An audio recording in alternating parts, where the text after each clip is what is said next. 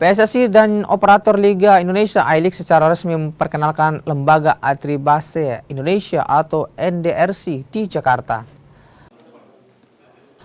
Berdiri sejak 2019, NDRC atau Lembaga Atribase ini mendapat verifikasi FIFA pada Januari 2025.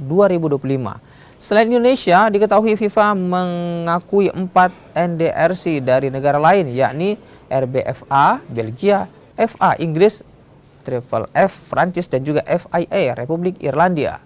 Lembaga atribasi ini memiliki 3 kewenangan, mencakup penyelesaian sengketa klub, pelatih dan juga pemain, training compensation, serta solidarity mekanis. Sekitar 200 kasus telah ditangani NDRC yang mayoritas merupakan kasus tunggakan gaji.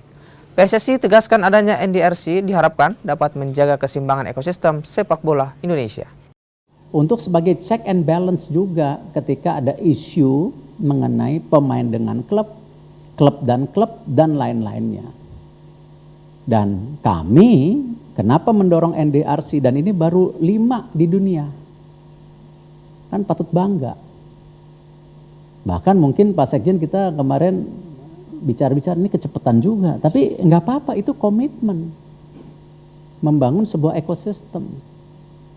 Dan putusan NDRC ini wajib diikuti.